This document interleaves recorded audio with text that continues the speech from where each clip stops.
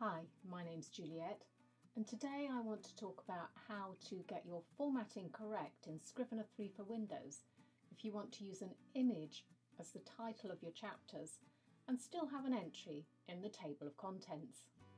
Okay, let's break it down. Many people like to use images of fancy text as their titles to get over the font restrictions in eBooks. So, where should you put that image? Select your chapter folder. That top blank segment is basically the text segment for the chapter folder, which you wouldn't often use in a basic scene-based novel. Make sure it's formatted correctly, such as indents removed and centered selected. I find it's easier to do this first. Then drag and drop your image into that top segment. Next, make sure your chapter heading is correct in the binder, even if it's only chapter and number, because auto-numbering isn't going to be possible here. That's because you'll get text appearing with the image if you use the standard heading layouts in Compile. And the binder is where the system will need to take your title from for the contents page. If you want a chapter number and a custom title in the contents, put both of those in the binder title. Next, go to Section Layouts in Compile.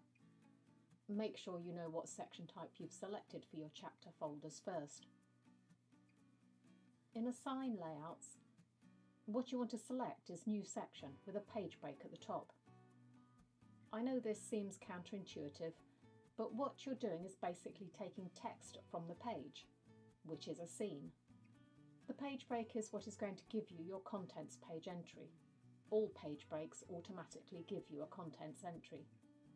And here's the result of the compiled file.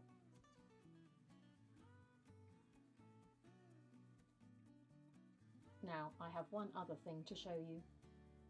You may be thinking, but what happens if I don't want that image in my paperback, because I can use the actual font? Do I have to delete the images before I compile? Well, I'll show you with the eBook. Go in and choose the automatic heading style you want. When you compile, this is what you get. The title layout you've selected doesn't include text in that section type, so no image.